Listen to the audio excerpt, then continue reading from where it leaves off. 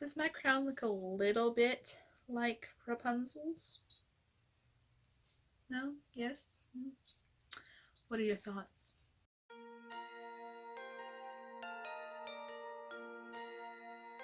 Hello my friends, I'm Serenity Dawn and welcome to this story. Today I am bringing you my August wrap-up. All the books that I read in August, and they all were part of the Disney-A-Thon that took place in the month of August. I will link the host channels down below as well as my TBR for the Disney-A-Thon in case you're interested about that. But now, see what I thought about the books that were on my TBR as well as the books that were not, that I read for the Disney-A-Thon and the different teams, as well as Team Rapunzel, Team Aladdin, Team Lion King, and Team Mulan. The Disney-A-Thon was a month-long readathon that took place in the month of August, from the 1st through the 31st, and it was such a blast. I thoroughly enjoyed it. There were a few Twitter sprints. Unfortunately, I wasn't able to take part in those, but they did have a Discord chat, and that added so much to the readathon and reading books with others, especially the group books. I thought that that was really smart on their part and really helped add to the camaraderie of the Disney-A-Thon reading experience. There were 4 teams. I was on Team Rapunzel, and I crushed it. I feel like I read all but one book on my TBR for Team Rapunzel, and I read multiple books for the other teams as well. So without further ado, let me tell you about the books and what I thought of them. The first book that I read for Team Tangled and the Disney-A-Thon was A Curse So Dark and Lonely by Bridget Krimmer, and this was for the prompt Maximus Read the Group Book.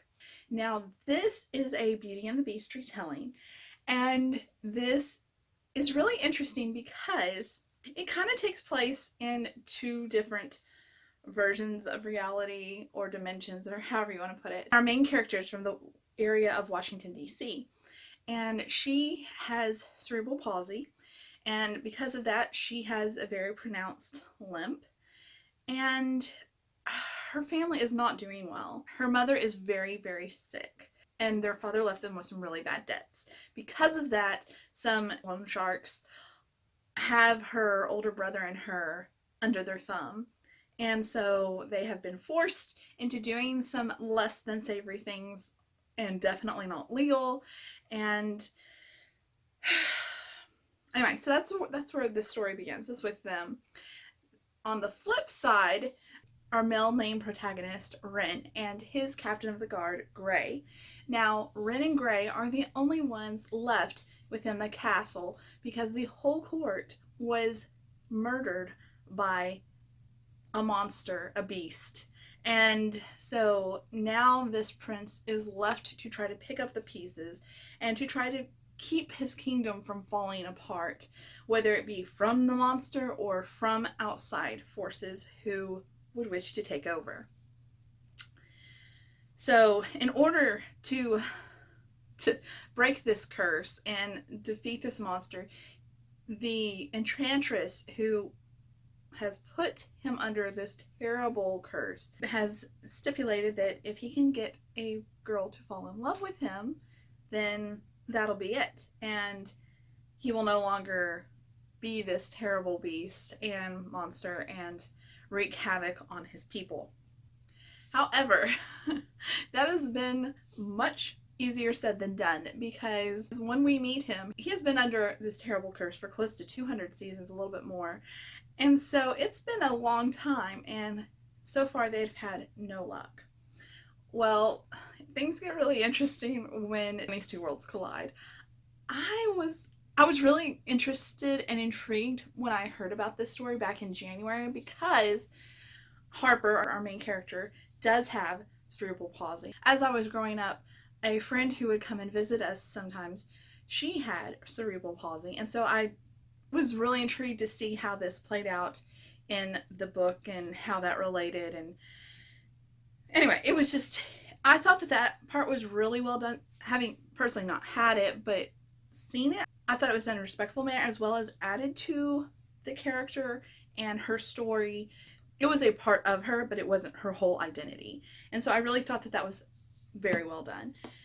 The story itself, like, apart from that, it's another Beauty and the Beast retelling. You know, I've read quite a few because I do enjoy a good retelling, but this one was so fun. It was so good. I did not want to stop reading this one, and I had to at points because I was reading this book out loud to my family when we were on a road trip. And so whenever it got too dark or the kids fell asleep or something like that and we needed to make sure that we were going in the right direction, I needed to take a break. And that was difficult for me because this was so good. This was so good. I really was thoroughly enjoying this one. I enjoyed this all the way through.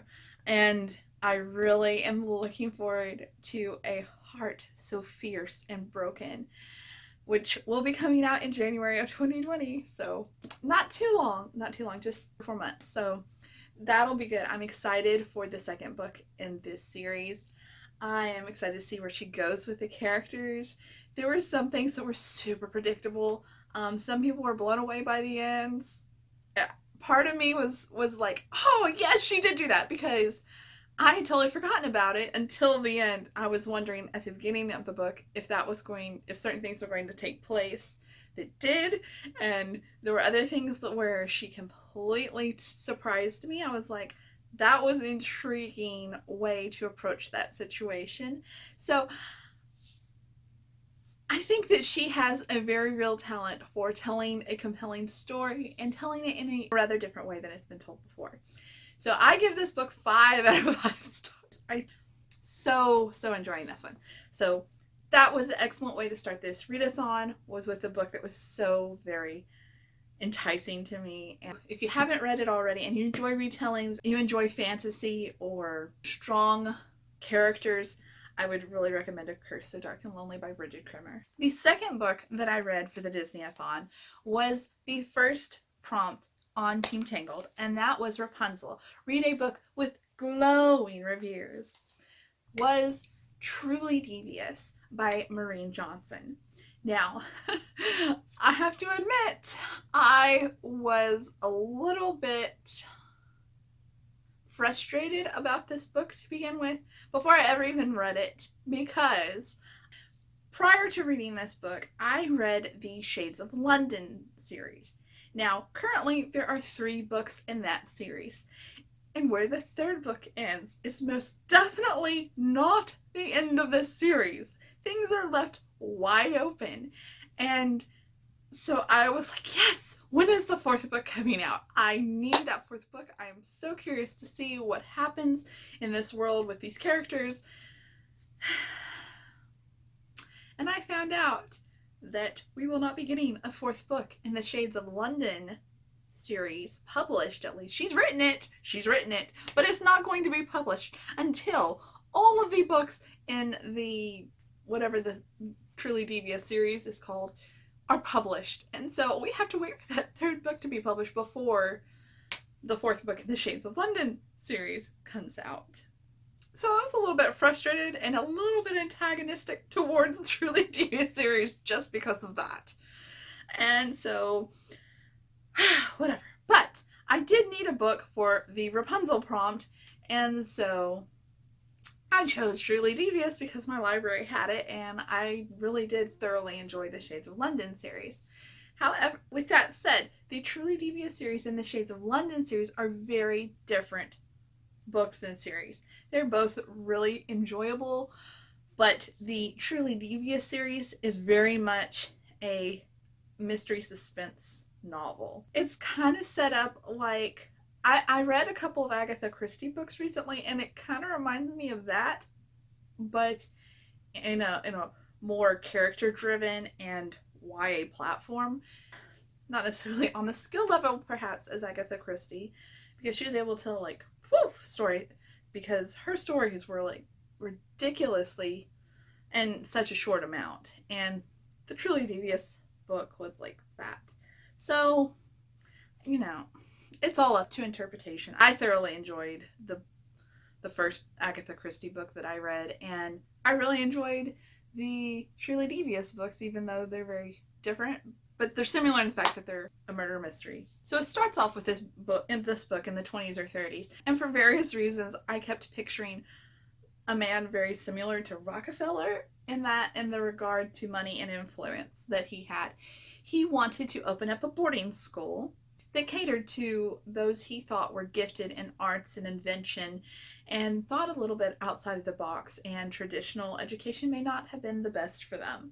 So I thought that was fantastic because not everybody learns and thinks and grows in the same way, and I was just like, yes, that's fantastic. I also liked the idea of his boarding school. It was brilliant. However, all good things must come to an end.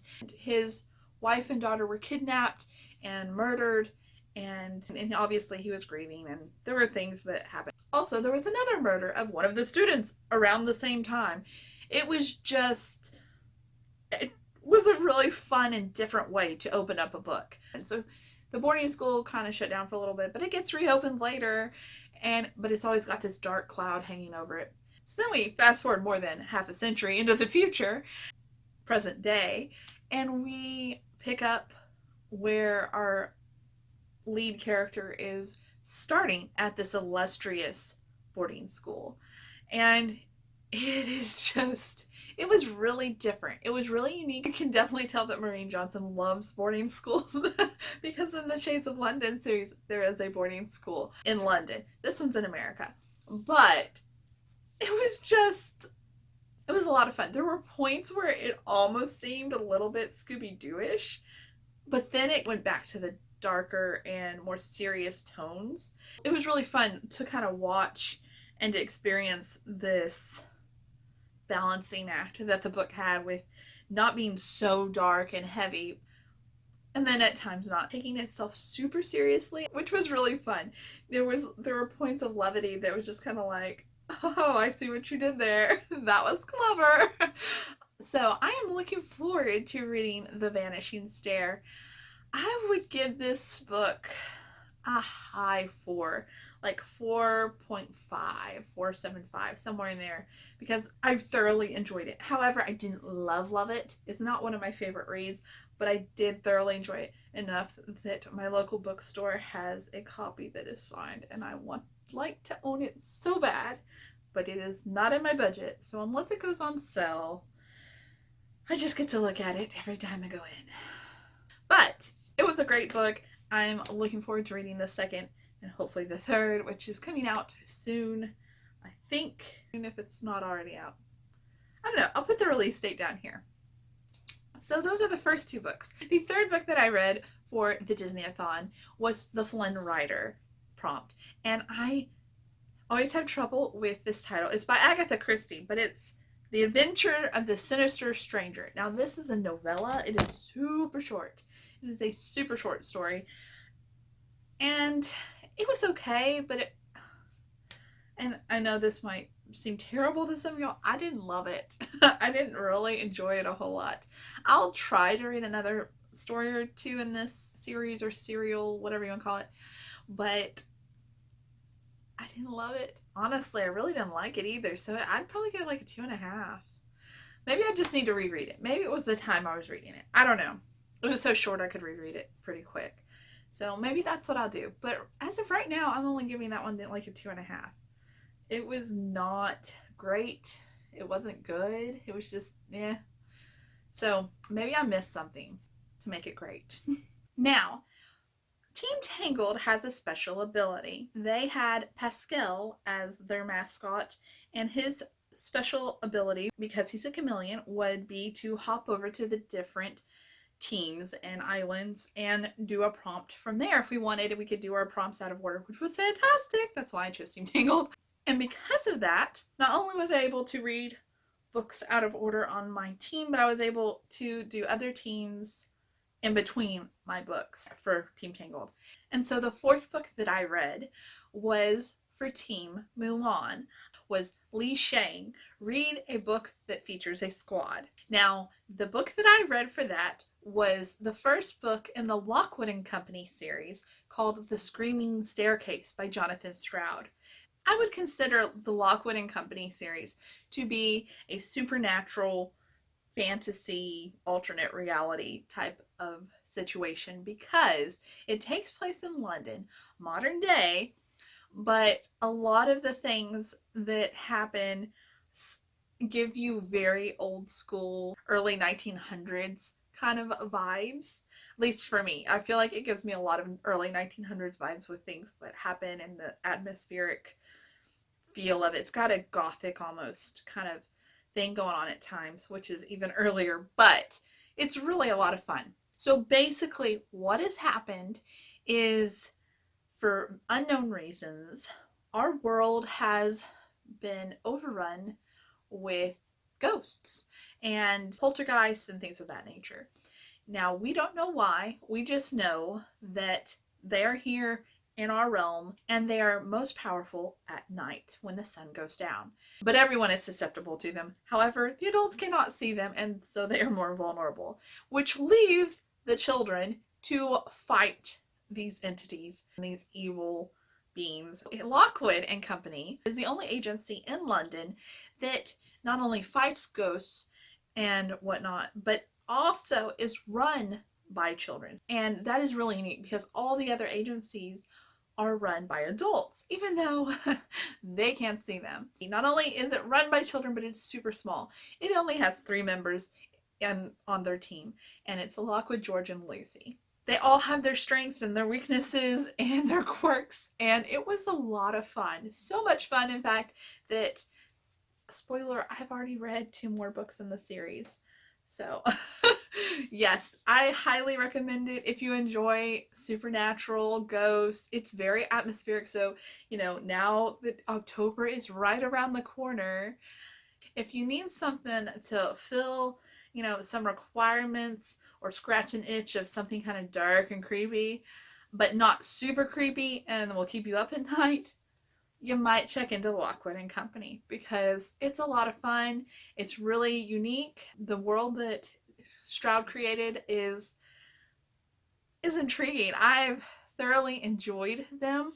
I will say that I have loved the first and the third so much. I will say that the second one wasn't my absolute favorite, and it may be because I had trouble getting into it when I started trying to read it at first because of certain things that were going on, but still really good. Really, really good. That was only for the first little bit of the book, so take it as you will. Stay with it because the last part of the second book and the third book are so good. Yeah. Whoop whoop. So I would give the Lockwood and Company like 4.5 stars for sure because it was fun. It was different. And I enjoyed it, and I'm looking forward to letting my kids read it when they get older because I know that that's a book that they will really enjoy too. So for my 5th book, I used Pascal's ability again and hopped on a magic carpet and went over to Aladdin to read Invaded by Melissa Landers. For Aladdin's prompt, read a book with romance. This is the 2nd book in the Alienated trilogy, and I read the first book, Alienated, back in July during the reading rush. I would classify this series as a fantasy romance. Since this is the 2nd book and I don't want to give anything away, I'll tell you briefly a little bit about the first book. You have Kara, who is a US citizen and a straight A student, has many ambitions when it comes to her education. She is scholastically on point to go to the university she wants, so on and so forth. However, her mother was sick a few years ago, and because of that, the family's finances aren't quite where she needs to be in order to go to an Ivy League school like she would like. And comes the Lahir. The Lahir, a few years ago, when they made contact, started relations with Earth and building a positive relationship. Well, in doing so, they gave us the cure for cancer. And because of that, Kara's mom was able to recover from her disease. Now they're wanting to do a foreign exchange program with various countries on Earth. And they have selected Kara as one of the representatives that they are willing to do an exchange program with. So she and her family have been selected to host Alix, a member of the Lihier Society. And all of the struggles that go along with an unusual situation and unknown people and different culture and way of life definitely come into play. They do not get along. Very antagonistic towards each other, but making it work kind of thing, because they have to for their people and their worlds to, you know, get along. It is very much a hate to love kind of thing. If you enjoy hate to love, there is definitely some of that, and it is so good. I love hate to love, and I really enjoyed this, the first book. It was a lot of fun. The second book, things have progressed with that program and what is expected of them by their governments of their planets, and woo, the stakes are raised and it gets really intriguing. It's also a little bit frustrating because, you know, they're not together on the page very much at all. But it's not so bad. It wasn't where they were never together on the page. But yeah, it was, and when they weren't together on the page, it was still really good. Some books, whenever you have two romantic interests and they're not together, it's just like, ugh. But even though you wanted them together, they were still really interesting, and it worked out really well even with them not together. I did really appreciate that as well with this book. I don't want to give too much away, so I'm just going to kind of end it there. Invaded is definitely a 4-star read. I loved it. I loved it so much that later in the month, I read the 3rd book. Then, for the 6th book in the month of August that I read the 2nd book in the Lockwood and Company series, The Whispering Skull. And that was for Team Aladdin and the Magic Carpet prompt, read a fantasy book.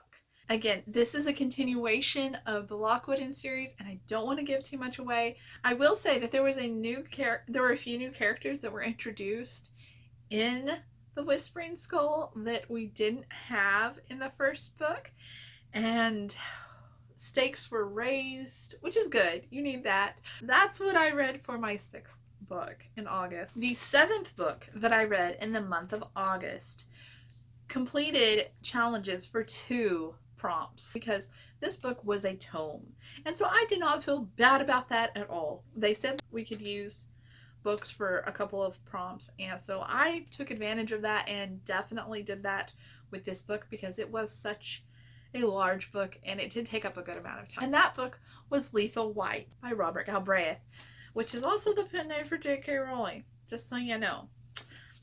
This is the 4th book in the Cormoran Strike series. This is a mystery suspense type of a series as well. It is an adult series, so definitely be aware of that going in, because it does get very graphic with some of the murders and things that happen.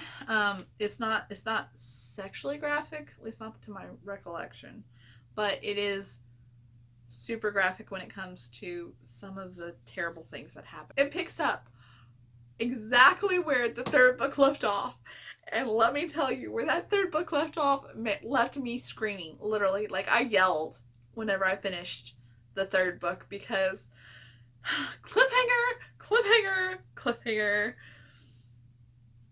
Oh my word. This book. Let me tell you what prompts I read it for first, right? I never told you what prompts I read it for.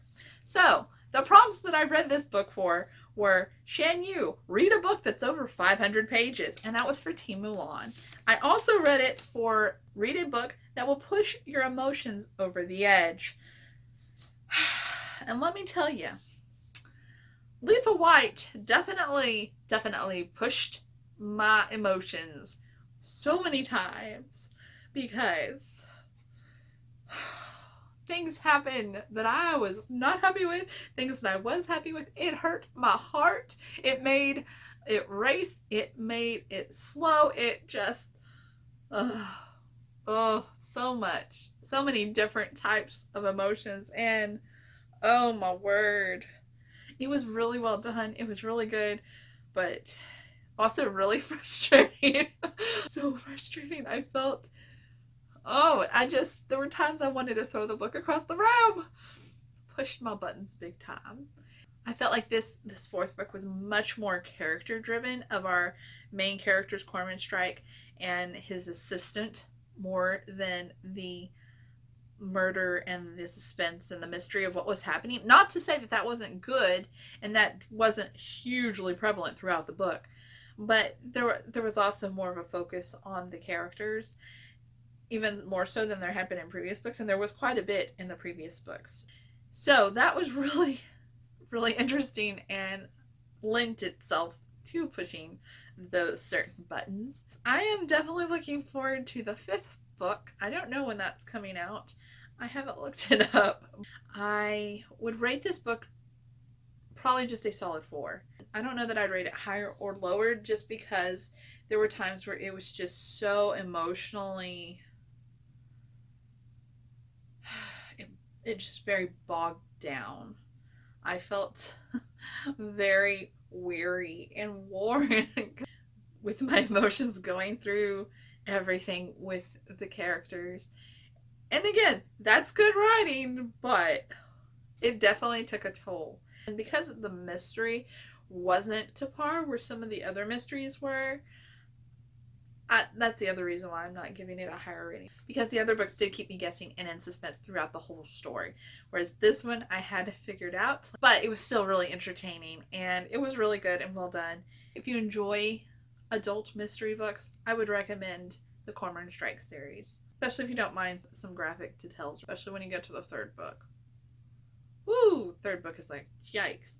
Just fair warning. So for my 8th book, I went over to Team Mulan and read Mulan's prompt, which was read a book with a powerful female lead. Now I read Olivia Twist by Lori Langdon. This is an Oliver Twist retelling, because this book, while it takes place a few years after the events of Oliver Twist, it also has the twist of Oliver being a girl. The whole time during Oliver Twist, she was pretending to be a boy. So it's a gender bent retelling too. It was really good. At first it kind of was like throwing me, even though I knew what the author was doing. It's just a classic like that, and Oliver is really Olivia. And I really enjoyed the characters. I enjoyed the situations that we found them in. I thought that the challenges they faced were quite appropriate for the day and time of their age. And it was sweet. There was definitely a romance in it, and I liked that. I was definitely on board with it, especially with the way that it was presented. I was just like, yes. It was good. I think it would be a lot of fun to see a film adaptation of Olivia Twist. Lori Langdon did a really good job with it, and I just thought multiple times during reading this would be such a fun movie. This would be so good. And I really think that a lot of people would watch it. So, yeah, I give this one a 4.5. A really interesting and fun take on a classic story.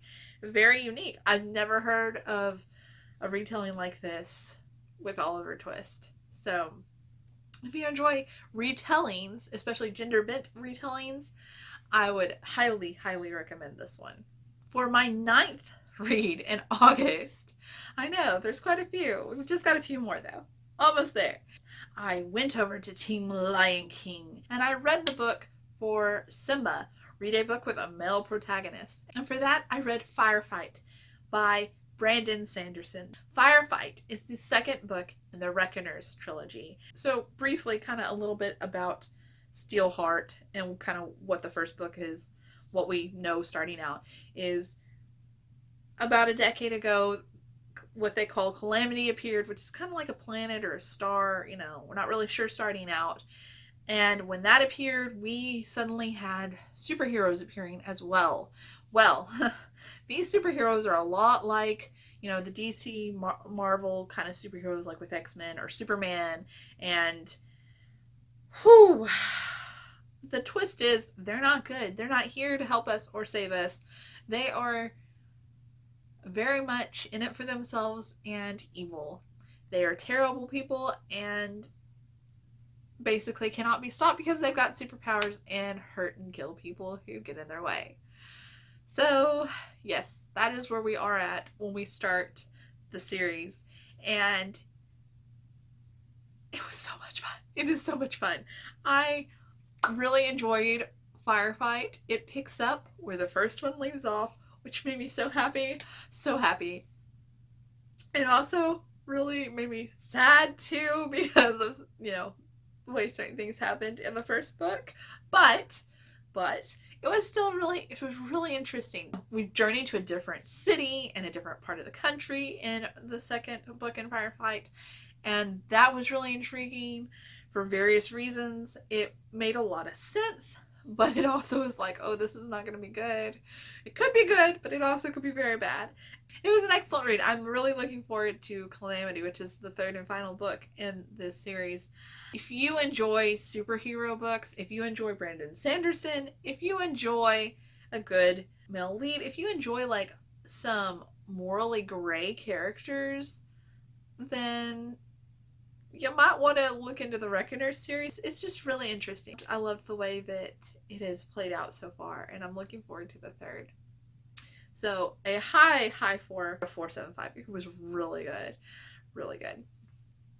Both technically and storyline wise. It was just, yes, so good. So for the 10th book, I went to Team Mulan and I read the book for the prompt Matchmaker, read a YA romance. And for that book, I chose United, which is the third book in the Alienated series by Melissa Landers. This is the final book. This concluded the journey that we took with Kara and Alex. And oh dear. Oh dear. The challenges in this third book got to be very much like Romeo and Juliet at points. Oh yikes. It was an adventure. I really enjoyed it. Overall, this was a great series, especially if you enjoy romance, especially if you enjoy, you know, like aliens were well done in this book. I felt like it was a lot of fun learning about their culture and their world throughout this series, and I just really enjoyed it. I enjoyed it enough that I spent $9 on the second book so I could read it and hop over to finish the series, because I was able to get this one for $4. So I spent a decent amount on this trilogy. I bought the first book on clearance for a couple of dollars, and then I enjoyed it so much that I was like, ooh. When I saw this one on Silver 4, I was like, oh, I'm gonna get it. But then I couldn't read the second one because I didn't have it, and my library didn't have it. So I was like, I broke down and bought it for like $9, which for me is a splurge, spending that much on a book. So yes, I enjoyed this series. I'm glad it's on my shelf. I have read, what prompted this reading of this series was that I read her series Starflight earlier in June, July, somewhere in there, and loved it. And so I'm looking forward to finishing that series at some point when I get Starflight. So yeah. Once I get that, I can read it. Now we're to the final book that I read in the month of August. So I had Pascal bring me back to my own team so that I could read The Snuggly Duckling, which is read a book with a dreamy cover. Now, if you'll remember, that was The Adoration of Jenna Fox by Mary E. Pearson. This book, I feel like, has a very dreamy, whimsical kind of a cover. I don't feel like this cover gives this book justice, because holy Toledo, does this book deliver on a compelling story, asking some hard-hitting questions, very unusual type of storyline. I mean, it hit it out of the park. This is in my opinion was a 5-star read because it hit me on many levels. I was taken aback by some of the things that this story was able to accomplish in just over 270 pages. This could have very easily have been a standalone novel. It is phenomenal. It ends well. Yes, you're intrigued and you want to know what's going on, what could have happened in between certain things or afterwards, but it honestly, if I didn't know already that there were other books, I would have thought that this was a standalone the way that it ended and was written. You have Jenna Fox, and Jenna Fox wakes up and after being in a coma for an extended period of time, and she does not remember anything, and she is relearning who she is and finding out what happened to her and the people around her, and relearning motor functions and various other things. I mean, it is a journey with her and finding out things that you're learning along with her. This is definitely a sci-fi novel. At first, it didn't feel like it, but holy cow, definitely science fiction. There are some things in this book that I could totally see happening now and very near future. And in that regard, it was a little bit scary, but it was also really well done, and it asked some very hard-hitting questions and made me think about quite a few things that I was not thinking that this book would do. And oh my goodness, I don't want to give it away. It's just, if you enjoy something that is not super predictable and is not your average read and has a few curveballs and unexpected twists and some likable characters, some unlikable characters. It's not the fastest paced read, but it's not necessarily slow. It slowly untangles the web and the mystery of what has happened to her and what she's going through and so on and so forth. This also, at various points, has almost poetic points in the novel as she is dealing with like an inner monologue, which is really cool. It's not super heavy. It's not constant or anything. And as somebody who enjoys a little bit of poetry, but not an overabundance of it, I appreciated that in this book. A little bit was good. A lot would not have been fun. But a little bit was really cool because of the way that it was done in here. And I enjoyed that about this book. So, highly recommend The Adoration of Jenna Fox, especially if you enjoy sci-fi, something that is unconventional and might even make you think. And so with that, I finished the month of August and thus the Disney-A-Thon. I felt like it did pretty good. It wasn't my best reading month, but it was by far not my worst. I read 11 books in the month of August, and so that is pretty good. I enjoyed majority of my reads in the month of August. There was only one that was really severely disappointing, but most of them were fantastic. I really thoroughly enjoyed the books I read. I enjoyed their stories. I liked the diversity of the books that I read in the month of August and how most of them were pretty different from each other in various ways, and so that was really nice. And also I want to say thank you to the hosts of the Disney-A-Thon. Again, I will link their channels down below, and I just really appreciated the creativity and the fun aspect of this readathon. I'm hoping that they will do this one again and that I will get to participate. So tell me, what was your favorite read in August? And if you didn't have a favorite book in August, which one of the books that I talked about that I read in the month of August sounds most intriguing to you, or that maybe you've added to your TBR? I would love to know. And if you enjoyed this video, please go ahead and hit that like button and subscribe if you haven't already, because then you'll get notified when I post new videos. I hope that you're having a beautiful and blessed day, my friends, and don't forget to enjoy the journey that is your story. I'll see you soon. Bye! Hakuna Matata ain't no passing craze. It means no worries for the rest of your days. It's our problem-free philosophy. Hakuna Matata, ooh, ooh, ooh. Hakuna Matata, ooh, ooh, ooh.